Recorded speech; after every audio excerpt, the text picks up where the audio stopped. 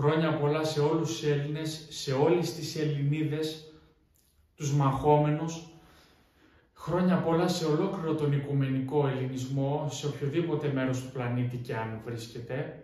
Ζήτω 25η Μαρτίου, ζήτω η αιώνια η Ελλάς, το έθνος των Ελλήνων, ζήτω η ορθόδοξη χριστιανική πίστη, ζήτω ο ελληνικός στρατός και ο κυρίαρχος ελληνικός λαός. Σήμερα είναι μια μεγάλη ένδοξη μέρα για το έθνος μας.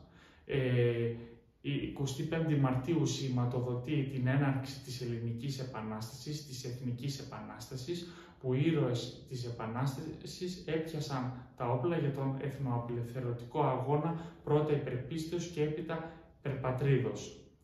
Είναι επίσης μια μεγάλη μέρα, τεράστια ημέρα και για την Ορθοδοξία μας, καθώς σήμερα είναι η μέρα που τιμάται ο Ευαγγελισμός της Θεοτόκου. Είναι μια εθνική θρησκευτική εορτή.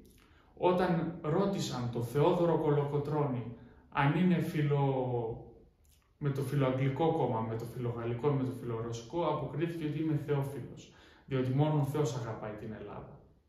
Έπειτα είπε ο Θεόδωρος Κολοκοτρώνης ότι εμείς αναστήσουμε ένα κράτος που κεφαλή θα έχει το Χριστό και όχι ανθρώπους. Το μήνυμα της Επανάστασης, και αυτό δυστυχώς κάποιοι πρέπει να το ακούσετε, γιατί λέτε ξαφνικά ότι δεν πρέπει να είμαστε ένα θρησκευόμενο κράτος και ακούγονται πολλά τέτοια.